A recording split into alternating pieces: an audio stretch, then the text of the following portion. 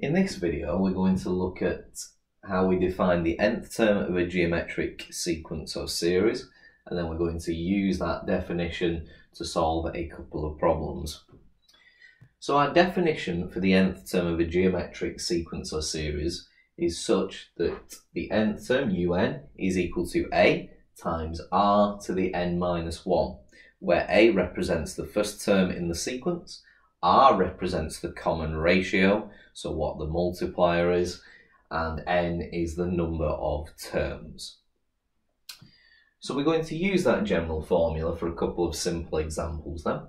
So in question 1, we're given the nth term of a geometric sequence, un, where un is equal to 2 times 3 to the n. We want to find the values of u1 and u2.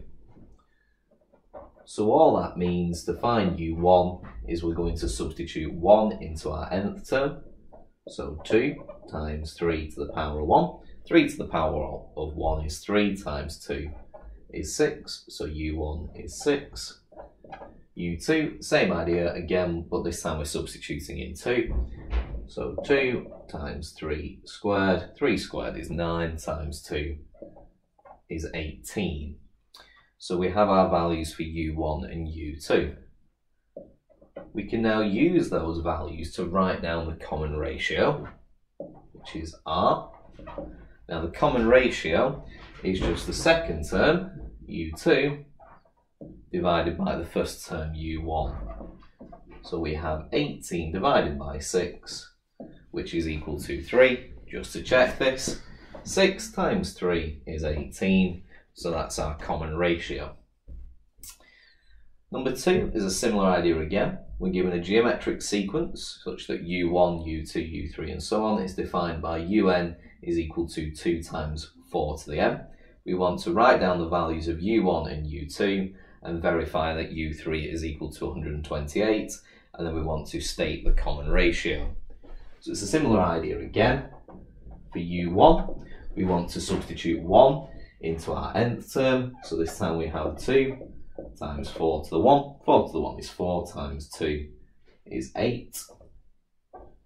u2, we substitute 2 in, so we have 2 times 4 squared. 4 squared is 16 times 2 is 32. And then u3, to verify this, we have 2 times 4 cubed. 4 cubed is 64. Times 2, but let's just show this fully to verify it. 2 times 64 is equal to 128. So we verified u3 is equal to 128. For part B, we want to state the common ratio. So again, this is our r, and you can either do it two ways. We can either do like the last one, u1 over u2, which is equal to 32 over 8, which is equal to 4. Alternatively, and this can be used as a check, you can use u3 divided by u2, so the third term divided by the second term, which is 128 over 32, which again is equal to 4. Either of those would be correct to state the common ratio and to show what it is, but the other can be used as a check.